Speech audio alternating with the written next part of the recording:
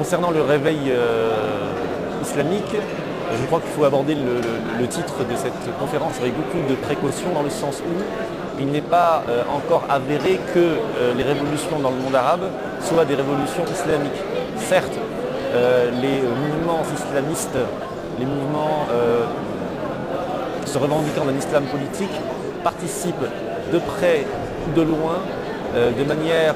importante ou moins importante à ces révolutions. Mais ne sachant pas vers quoi elles vont aboutir, il faut rester prudent quant au fait d'imaginer qu'il s'agisse d'un réveil ou non. Alors, les identités politiques dans les pays arabes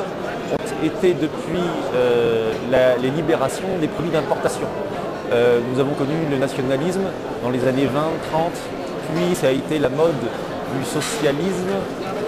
du marxisme, et puis dans les années 80-90, enfin, nous avions un produit endogène qui était l'islamisme, l'islam politique, l'islam revendiquant le système normatif comme étant celui d'avant les colonisations. Cet islam politique a connu un certain engouement durant la période des années 80-90 et a brutalement été freiné, pas stoppé mais freiné par le drame algérien. Le drame algérien, les 10 années de guerre civile au nom de l'islam politique, à tort ou à raison, je ne tranche pas sur la question, ont créé une onde de choc dans l'ensemble du monde arabe et a brutalement freiné, ralenti le processus de développement des mouvements de se revendiquant de l'islam politique. Alors, on a observé justement que certains de ces mouvements avaient tendance à édulcorer leur discours. Si au début du mouvement, par exemple, des frères musulmans, Hassan el-Banna se réclamait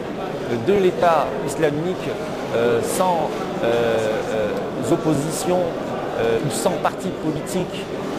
ne se revendiquant pas de l'islam, dans un champ démocratique tout à fait ouvert, mais sans permettre à des expressions politiques ne se réclamant pas de l'islam de pouvoir s'exprimer. Alors si au début du mouvement des frères musulmans, c'est-à-dire dans les années 30-40, il y avait un discours assez